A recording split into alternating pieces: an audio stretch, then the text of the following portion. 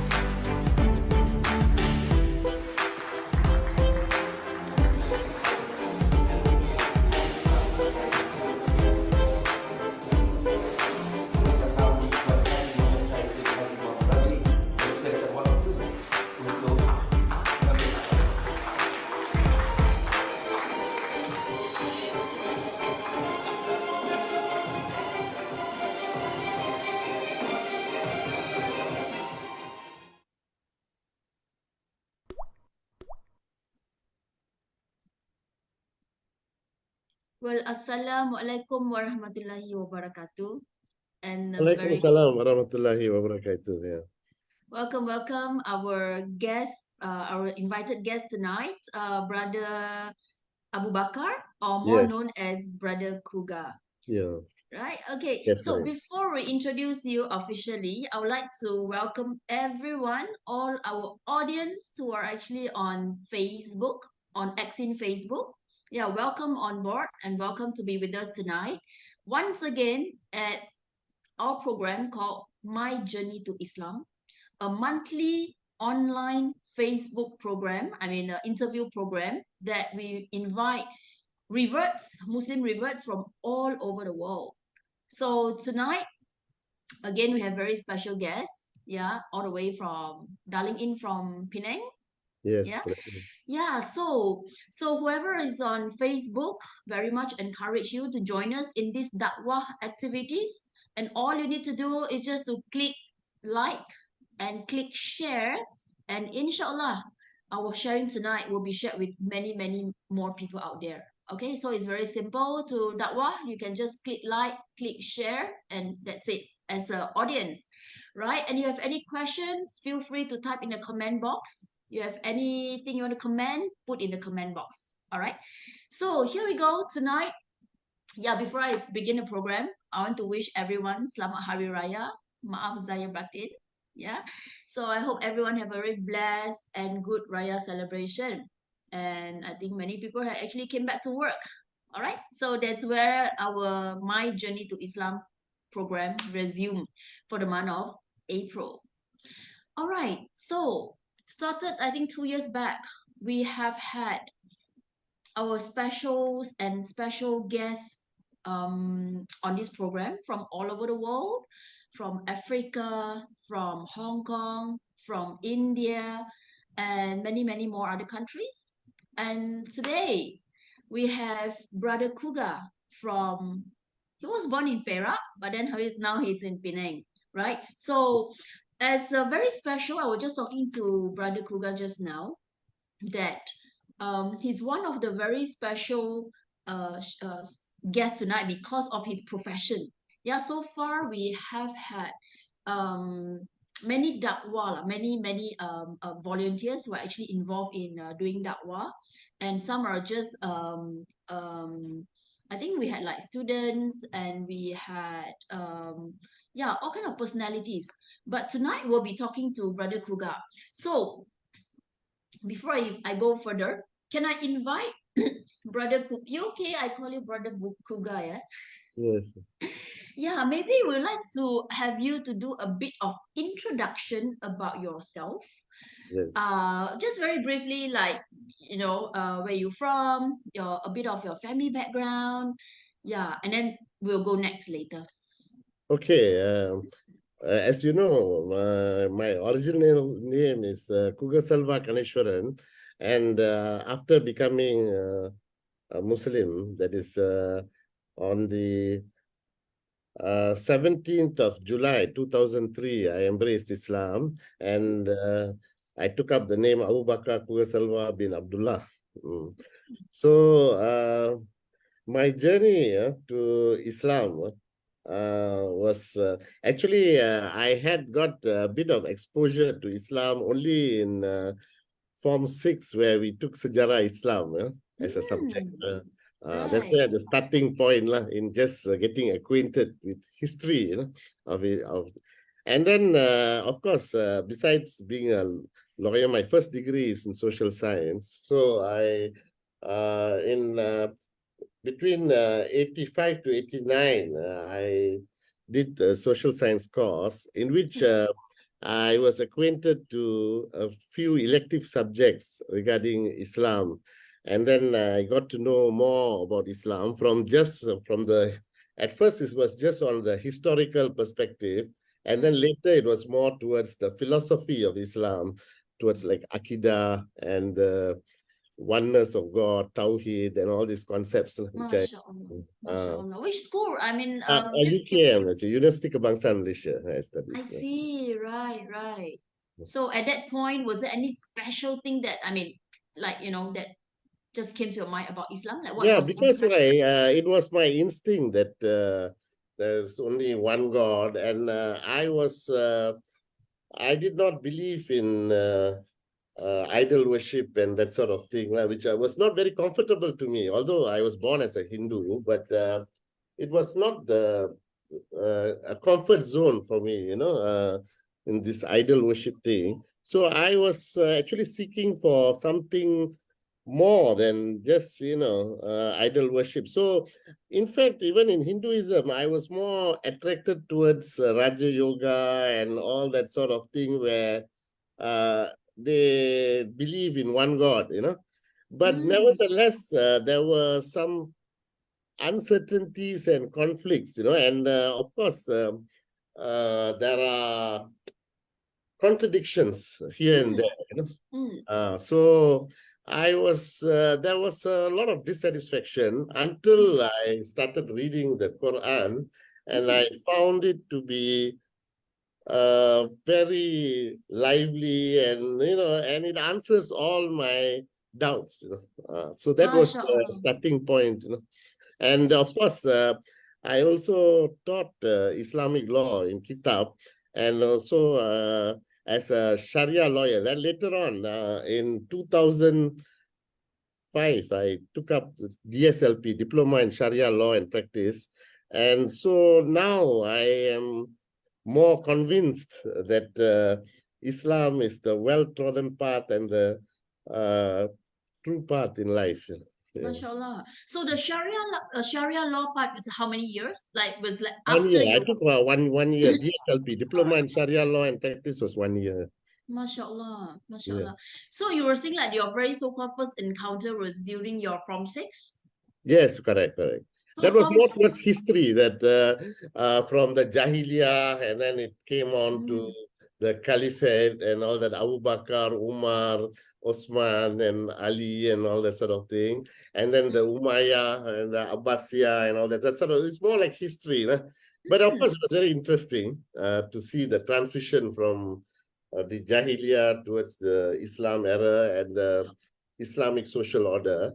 But well, it was just on the surface. It's only when I entered UKM, I further indulged into elective papers like, concerning Akidah and Tawheed and all that sort of thing. mm. So we are talking to advocate and solicitor, Brother Kuga here tonight, who actually embraced Islam like 20 years Yeah, ago, yeah, yeah? correct. 20 years ago. So at your age at almost was 40 at that time? Yes, yes. MashaAllah. So I was just wondering, like, from your first encounter, which was like sometime when you were in Form 6 until the age of 40. Mm. So during that time, was there anything that you could recall that, that bring you closer and closer to Islam along the way?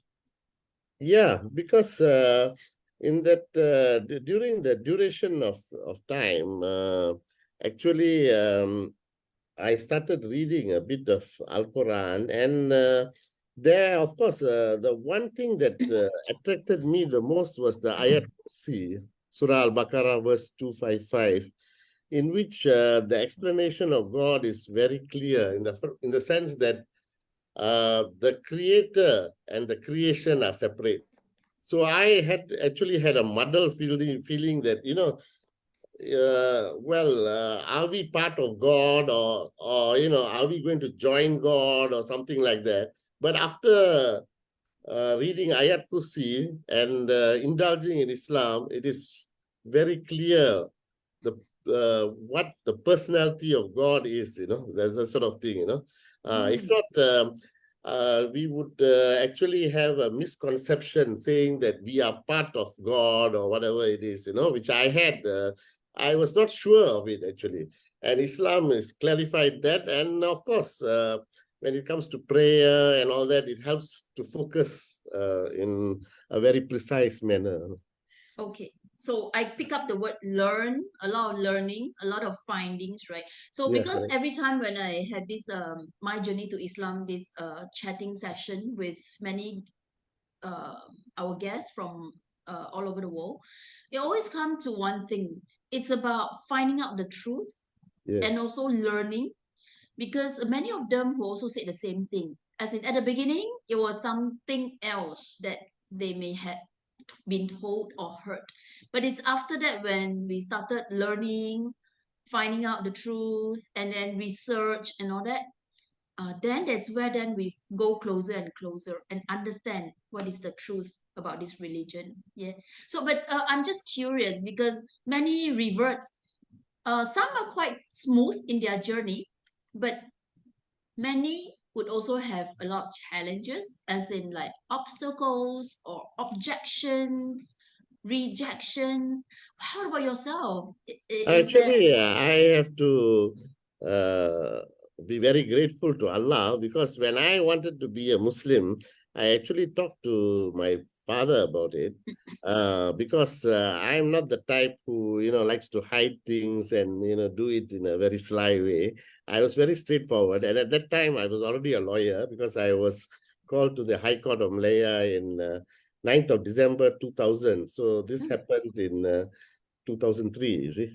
So I was already a lawyer. So, the thing where I said that I was very attracted to Islam and I was, telling my father that, I want to embrace Islam and all that.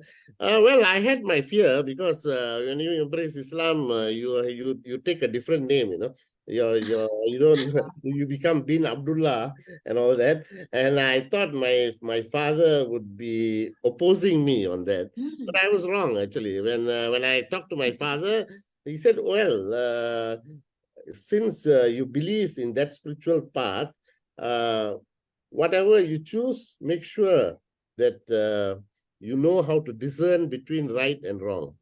And then he said, don't be a Muslim for the sake of having a label. I am a Muslim, that means you must really indulge in it and you must practice it fully.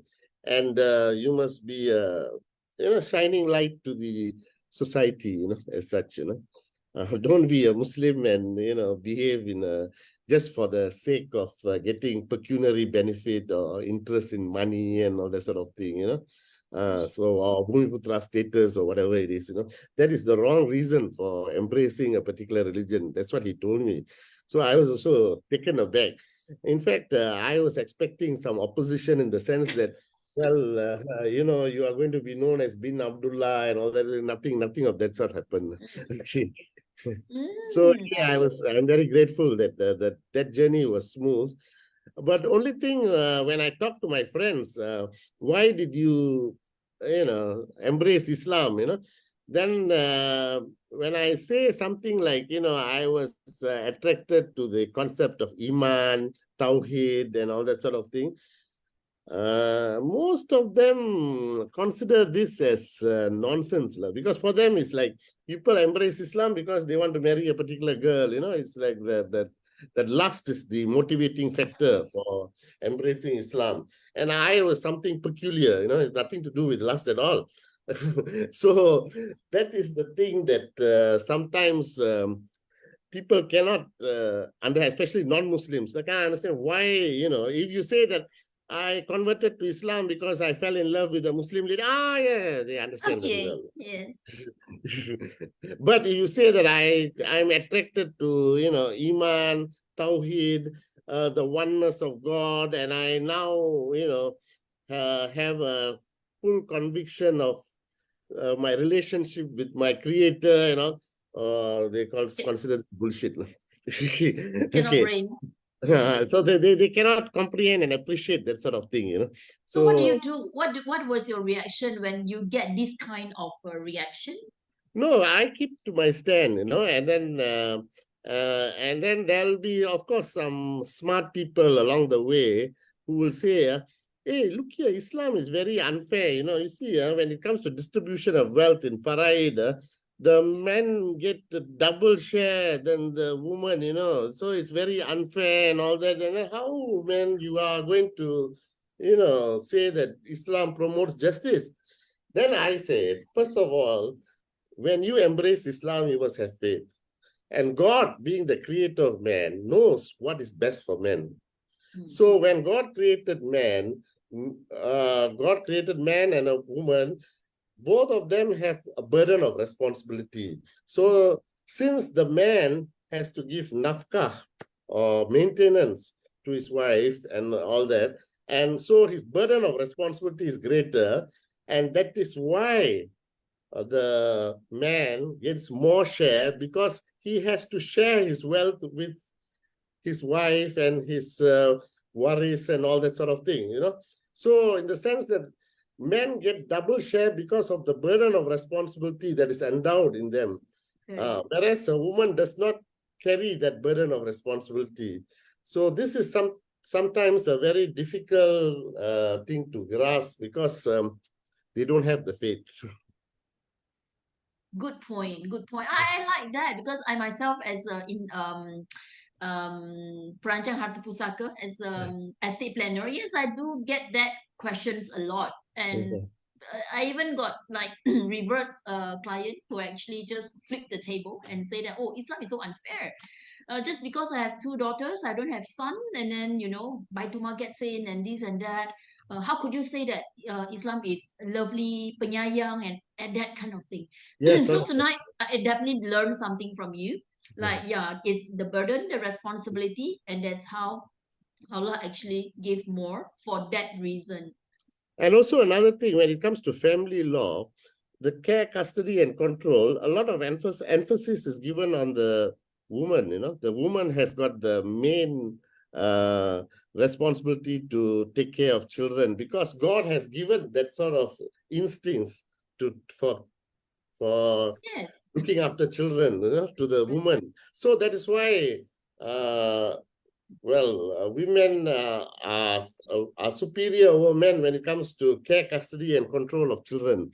exactly. Uh, Exactly, because of the nature of women. it is not They, always the man is superior. So in certain aspects, the woman is also superior, So we have to look at it as a whole. We cannot like compartmentalize and say that Islam is unfair. No, no, no. You have to look at it as a whole. And of course, Islam looks at the family unit as man as the provider and the woman as a housekeeper and all that sort of thing. So that is actually very ideal with my line of thinking. very good. Uh, Yeah, so I guess because a lot of people only hear maybe certain parts of the story, but not the comprehensive, yeah, not the correct. complete.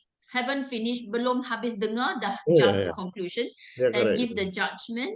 Yeah, so back to what you were saying. So your dad actually gave you very good advice, Yes. and kind of like, yeah, proceed as long, do it right. Yeah, so that's good. Yes. How about your mom?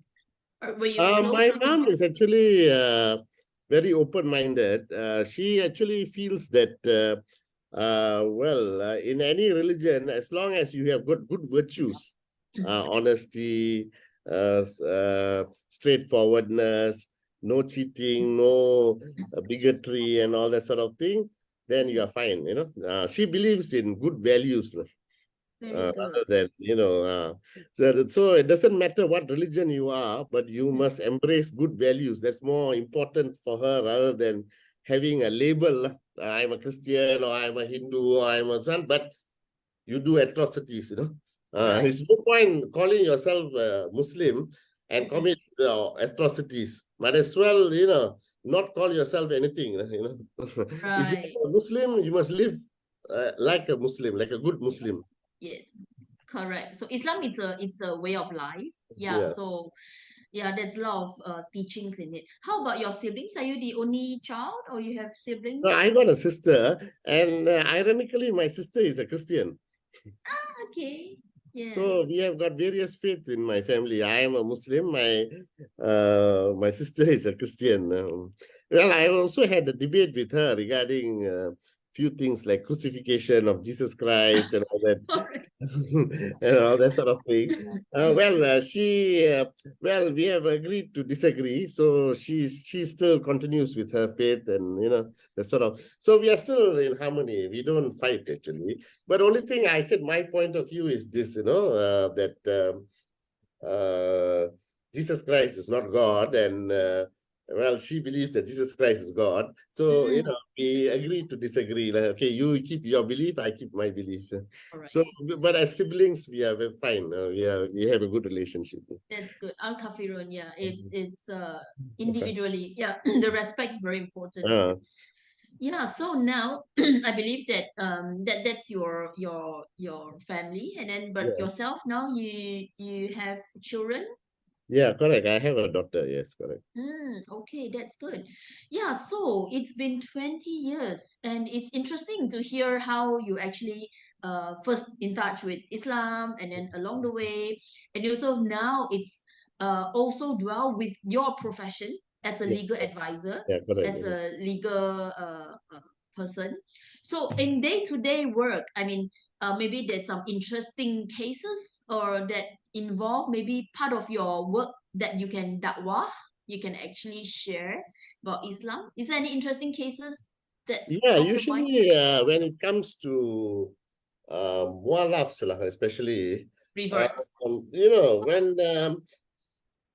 when they embrace Islam, they embrace because they want to marry a Malay girl or something like that. And then later, the trouble is when the things don't go too well and all that, some of them have expressed the view that no point that I have become a Muslim, because my wife is like this, like this, like this.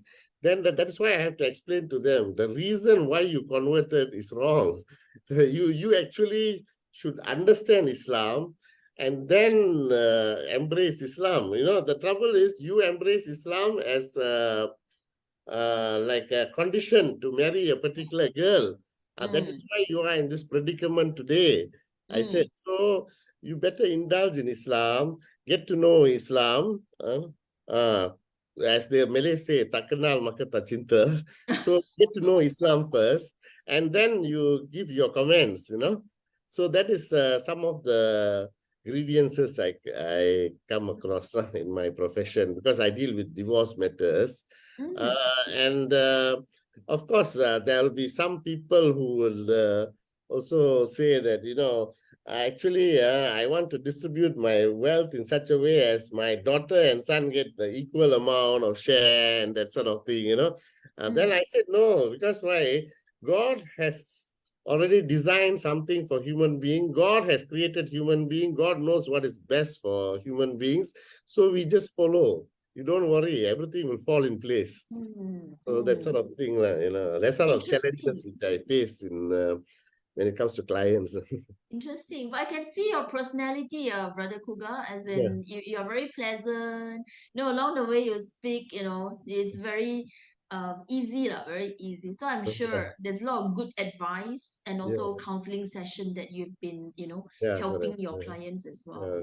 yeah, Yeah, good. Yeah, I mean just want to recap back when you first mentioned that reverts that embrace Islam because of marriage, and then after years maybe the marriage doesn't work out, and then that's where then the regrets, like yeah, why, so then left with nothing. And then some of them who wants to leave the religion, correct. Yeah. and but they were kind of like, oh, but my IC sudah tukar, can I withdraw?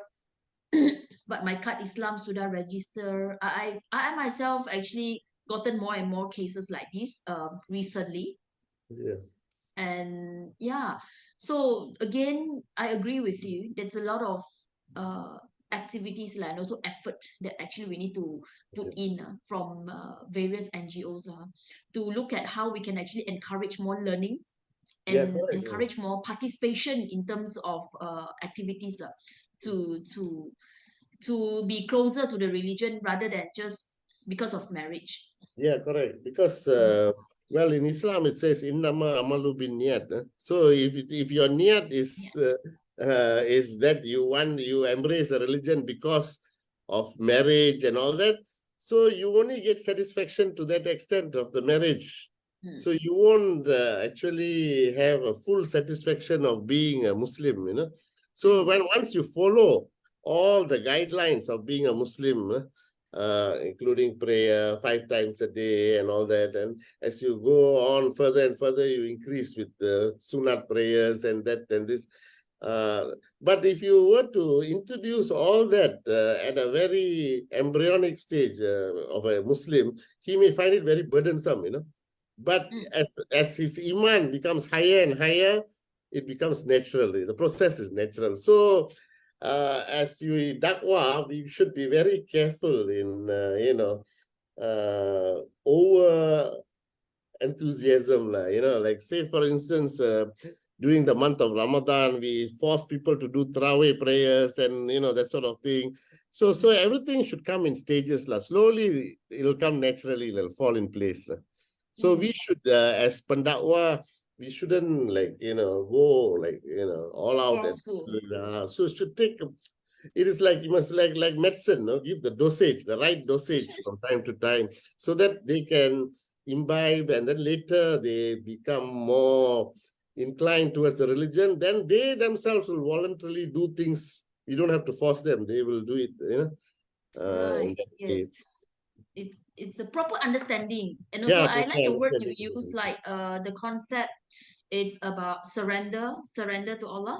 Yeah, So correct, just surrender, have faith and believe, and everything will fall in place. Yeah. correct. Yeah. I think like maybe lah, I mean at our stage, maybe says like after 20 years, we can say it out like this. Or but I do see many new Muslim because maybe they haven't grasped, haven't get the idea correctly. So um my question to you is how to get this idea, right? As in surrender, let go of and the how to embrace that. I give you one example. I had this revert friend. So it's like yesterday she already went to the Jabatan Agama Islam, Yeah. She ucap 2 kalimah syahadah. Yeah. Then she already peluk Islam lah. Okay, so-called. And then she came back. The next day she called me. She said, sister, I have this, they are wearing this macam the previous religion punya pendant lah, the pendant. So she asked me, she said, must I remove this? Yeah, she asked. So I said, well, you already now embrace Islam. So what do you believe? Even masa you ucap 2 kalimah syahadah, you dah mengaku kan, you already Yeah, correct. That's correct. Yeah. recite that Allah is the Yeah. creator. So what do you think that thing is playing impact? What has it got impact to you? But the question is, she just felt that once she removed that, she will be in danger. And she didn't want to remove that, despite after our conversation. So that was something what I want to ask you is like, how can we help reverts like this, right? I mean, new friends like this to Okay, the maybe, most because she has been important. wearing that for like since she was born. Yeah, correct. Because why? This is actually deeply embedded in her mind, that this thing will give her some protection or whatever it is. So it is not easy to undo the repeated belief over the years, maybe 20 years of belief. They believe that this thing has been the, Protecting. strength and the protector, and then suddenly you say that this thing is actually worthless, it's good for nothing. So that they can't accept it at the first. They can't accept it, but slowly we can introduce stories like Prophet Abraham and all, Ibrahim lah, Nabi Ibrahim and all that, his idol worship and that sort of thing. How he convinced people that idol worship is not the right way of worshiping God. So it takes a lot of effort. It takes a lot of criticism. You may also expose yourself to brickbats and criticism and all that, but you got to face it, because why? If you want to uphold the truth, it is not an easy bed of roses. You got to face challenges and go through the thorns rather than just being happy having the roses. You have to go through the thorns as well to reach the rose. So it's not an easy thing to da'wah. That's one for sure, because people have already formed a kind of belief in their mind in certain things. Like when a person embraces Islam, it must be because of a girl. You can tell anything else, they are not going to listen. They're going to shut out.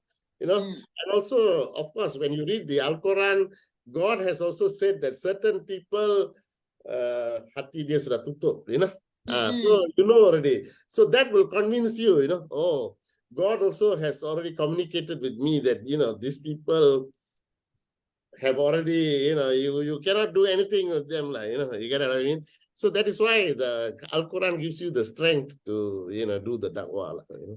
But you move on. You don't bang your head against the wall, just because this person is like that, just move on. And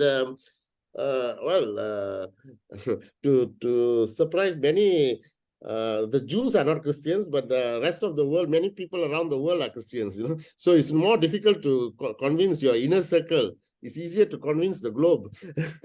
So that's the thing. Yeah. True. So actually we have to move on. We shouldn't mellow in self-pity when somebody criticizes us or what. Just move on. And we should have that spiritual strength to convince ourselves that we are doing the right thing. Right, that's good. That's great. Okay, so while you were sharing just now, I look at there were also questions.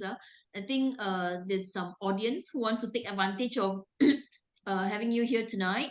Okay. To ask you some, maybe I think the question is about got to do with like Sharia law.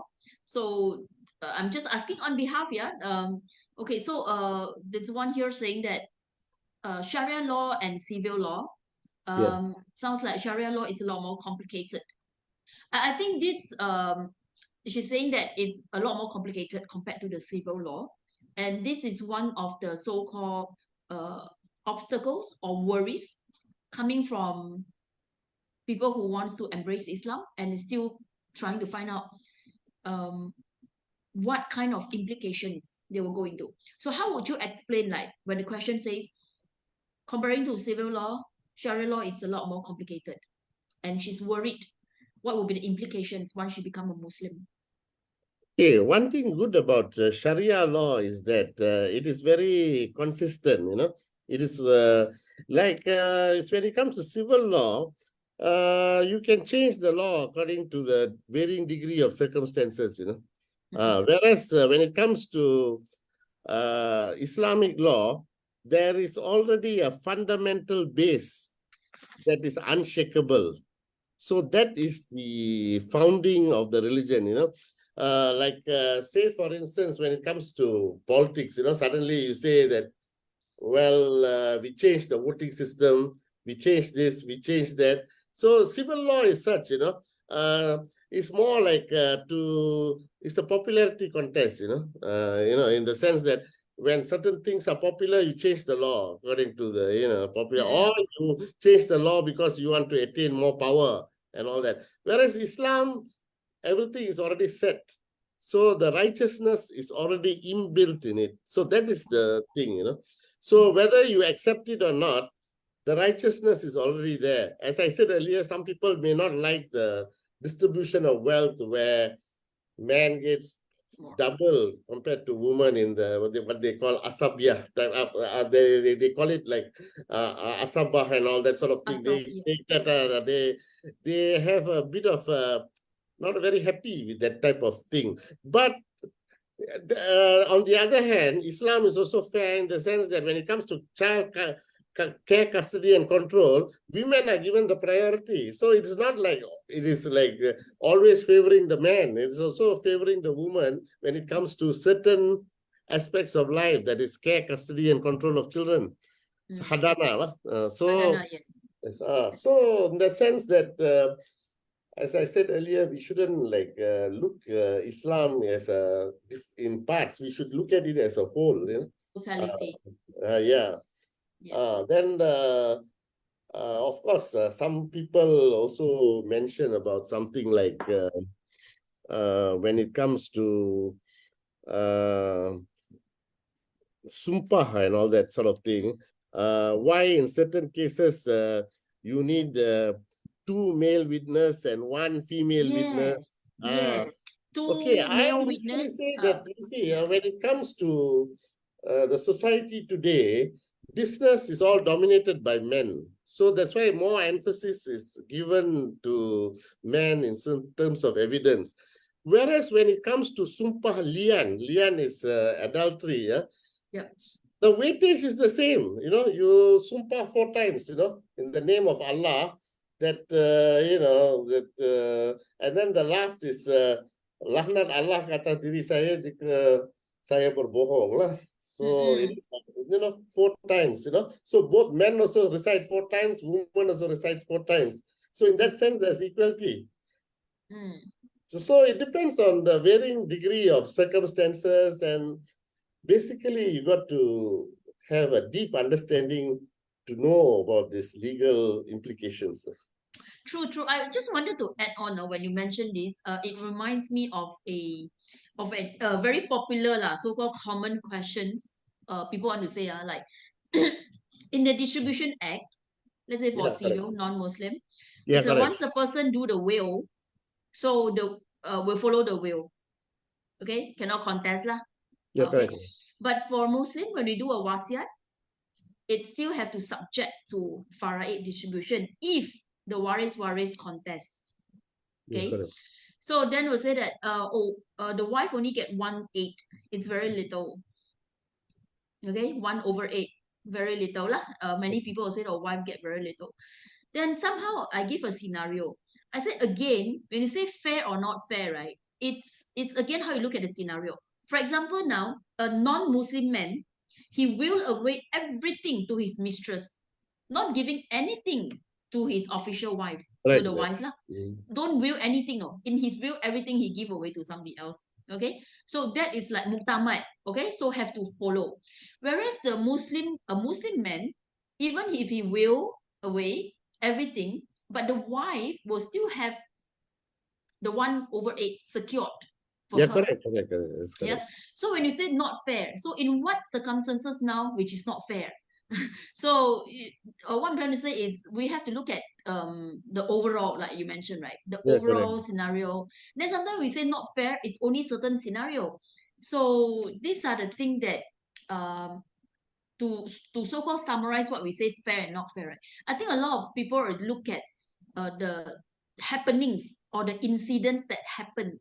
Like we say that the men get more portion. Okay, get a more portion, supposed to use the portion to take care of the family because of the so-called what you mentioned just now, the burden and the responsibility. Just Mm. an in actual day to day now in this world now, yeah lah, some men or son they took the portion and then they disappeared or they Yeah, didn't carry out their responsibility, and this is what people see. yeah. So it become like a scenario or become a topic that people look at it as a bad example. So things like that, I think we need to understand deeper and the rationale. Then I think will give a better understanding on why. Yeah, that's good. I think that's um, a good question. Let me just have a look if there's any more question. Yeah. So have you handled any like reverse cases? Yeah, I've handled a lot of reverse cases actually. Oh, And so sometimes it is like say for instance when a person converts to Islam, then the non-Muslims in the family will express their grievance, in the sense that they are not getting anything from the the portion of wealth lah from the okay. from the deceased, because now she's a Muslim, so the worries are all Islam, and Yeah. all that sort of thing lah. True. Yeah. So that Yeah. is the thing which sometimes becomes the issue lah, which is we have to handle this in a very Mm, careful way lah. Sometimes, yeah. especially the brothers and sisters who are Hindus, they may not be very happy because they are deprived of the wealth of the particular sibling who has converted to Islam, and that's it. Mm, true. Yeah, this kind of cases is whereby when the non-Muslim family may misunderstand Islam Yeah, even correct. furthermore, Yeah, if the cases are not being explained or handled properly. yeah, Yeah. correct. I also pernah lah, I mean, handle cases whereby the revert pass away not Yeah, long after revert, and then the wealth all go to the religious council, yeah, correct. and then so that's the non-Muslim family got very angry lah, very angry. Yeah, I'm the mother. I mm, raised him like for many yeah, years, and then I got nothing, and just all goes the what orang Melayu. yeah, correct. Actually, in fact, some people say not Masuk Islam, they say Masuk Melayu or something like that. Yes, The still lah. term is, yeah, it's actually a misunderstanding, and also when you give testamentary freedom to some people, out of spite, they might just leave the wealth all to charity, which is also wrong. You see, your charity begins at home. You should give your children first. True. So sometimes Islam is actually a barometer for this sort of thing where sometimes testamentary freedom may lead to extremes, in the sense that a person may say, oh, I will get only benefit if I give it to orphans or what, whereas my children, I won't get benefit because they are ungrateful children. See, so sometimes the Islam also protects the family, the immediate family, because I also believe that charity begins at home. Mm, What's the point of giving it to orphans and all that when your children are suffering? true. Yeah, True. so Islam has already taken care of that part of it very well. So Correct. the rights are actually your waris have the rights. Yeah. So that's why learning, I always go back to learning is very important, Yeah, understanding, and after learning must take action and do take action and do the right thing lah. Not just correct. they know but then not doing anything, not no proper documentation, like all these will, wasiat and all these things. Yeah, And then when things happen, it creates a lot more yeah, unnecessary complication. Yeah, Yes. because your justice in one situation did not mean justice in another, you know. So you have to look at it as a whole, and the most important, the most important thing is to have faith in Allah. Because Agree. once you have faith in Allah, Allah knows what is best for human beings, because Allah has created human beings and Allah knows what is best. All we have to do is just follow the path of righteousness and everything will be smooth sailing. So that MashaAllah. convince people that is not easy. That's one thing. Exactly. I can see that you've been emphasizing on this point quite a couple of times. Yeah, And when the way you say it is very pleasant, very happy, and very peaceful. yeah, You can sense that from your smile and the way you say it. yeah, And but at the same time, I do believe that it's not easy, yeah, for someone, for a new Muslim to actually embrace that. And so it also take a lot of maybe incidents, encounters, experience that along the way, yeah. that to become like a person like who you are today, brother. Yeah. Anyway, Correct. I thank you for giving me the motivation that I am cool and calm. So I guess I have to do more da'wah lah. Inshallah, that's what we are here for Yeah. also. But right, so we actually have wow, okay, we have about 10 minutes, yeah, Yeah. almost less than 10 minutes left. So Yeah. I would like to have a wrap up, yeah, for tonight's session. Yeah. Okay. So I think it's really been our pleasure to have you here tonight, Brother Kuga. Yeah. I don't know, I've somehow find it more comfortable calling you Brother Yeah, Kuga. yeah, yeah. It's okay because it is a name given by my parents, and of course, parents are very highly respected in Islam. And also in Surah Al-Isra, verse 23, they say that you can't even raise your voice to your parents. You know that amount of respect you have to give your parents. So whatever parents, the name my parents have given me, I'm very comfortable with it. MashaAllah, that's good.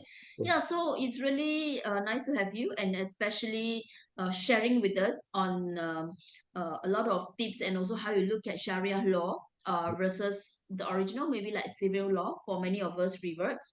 Yeah, so with 20 years being a Muslim, we also can see that there's a lot of uh, very strong faith, high faith, that you have actually embraced, during your whole practice for the past 20 years. So just before we go off this program, perhaps uh, some tips or advice from you to our revert friends or friends who are looking for the true religion, especially those who are watching this program. What is your advice to them? Yeah, for them to continue to have a strong faith and the feeling of surrender to Allah. What can they do, or Yeah. how to strengthen that faith Yeah. and make it even improve lah, to be a better Muslim along Yeah. the way. The most important thing is that even in Islam, it emphasizes on prayer, salat, and that is the first thing that Allah sees when determining the person, whether the person is of worthy, if orang beriman or not, is the salat. So I would actually encourage all reverts to actually focus on the prayer, and as long as you keep your 5 daily prayers, and then later you can extend your sunat prayers and all that sort of thing, and your tahajjud and your qiyamul layl and all that will come later. But as long as the fundamental 5 times prayer is carried out, if it's possible, jemaah prayers lah, congregational prayers, that should be the main guiding light, because once you start praying, Allah's help will automatically come. So have faith. And later when you read the Al-Quran, it's like Allah speaking to you. So whatever inadequacies or uncertainties you have, Allah will provide you the answers. MashaAllah. So start off with Salat first. That's the most important. And the rest will follow in line. It will just come by default. It will come automatically. So do Automatically. the right thing. Yeah, correct. Right, good. So I would like to take this opportunity also just to make a request in case there are any, especially reverts, Yes. who need to maybe ask further questions that No pertaining to problem, Sharia no law. problem. Feel Yeah, free maybe to some of ask. them, yeah, maybe some are not in the position or too shy Yeah, to ask in correct. the public. So they may actually can contact you through No Exin problem, or no they can problem. contact No. us. Yeah, yeah. Okay, that's great. So that's very good. With no further questions, I would like to again thank you so much for being with us tonight. Thanks May for Allah having me bless. on the program. At least I have been some benefit to Muslims. So Very good. I look at myself as a tool to help Muslims lah. So thank you for providing me with that opportunity lah. MashaAllah, we all support each other. Oh, And yeah. if we have more questions about in line with what you're doing, we may compile, and who knows, we may do another episode and focusing on those Q&A questions like our brothers and sisters who want to ask. We can Okay. also make it like anonymous so Yeah, to yeah. I share have with to pray more to groups. Allah to guide me to answer those questions as well. Because sometimes some questions can be very complicated, and True. it depends. It actually requires a lot of psychology, tact, and ability to hold on to the truth. That's the most important. Sometimes you tend to you manipulate and all that, which is very bad. Because. As we recite Surah Al-Fatiha, Ihdina Siratul Mustaqim, show me the true path, show me the right path, So we must be very straight. So, certain people consider lawyers as, becoming like, crooks and, deviating, and we shouldn't. We should refrain from that, and we should always be steadfast to the truth, lah. Istiqomah with the truth. Istiqomah. Uh-huh. True, true. Yeah, Yeah. I agree with you. A lot of questions sometimes become too Yeah. and also one-sided. Mm. So it may not be And fair. also sometimes people who ask the question actually are asking the question just to belittle Islam, is that their main aim, their niyat is not to further enhance their knowledge, but to ridicule you, So we have to be very cautious of that as well. So the way we answer, we should be diplomatic and polite. At the same time, we should not allow people to bully us, so to speak. Yeah, be truthful lah, be truthful. All right. So yeah, thank you so much with that. Okay. That's the episode for tonight, My Journey to Islam. Yeah. So we would like to say thank you once again to Yeah. Brother Kuga, Yeah. who dialed in all the way from Penang and being, Yeah. spend the past 1 hour with us. So we look forward to having you again on the program. Yeah, Yeah. mashallah. So thank you very Actually, much. it's an honor to be in your program, and I look forward to the future encounters with you. Okay. Inshallah, inshallah. Thank you. So yeah, also thanks to Accent Committee, Kamil, and the rest of the team. Yeah, so to all our audience, nice to have you tonight, and we look forward to seeing you again in our next episode of My Journey to Islam in the month of May. Right. Okay. So with that, Assalamualaikum warahmatullahi wabarakatuh. Thank you. Waalaikumsalam. Waalaikumsalam.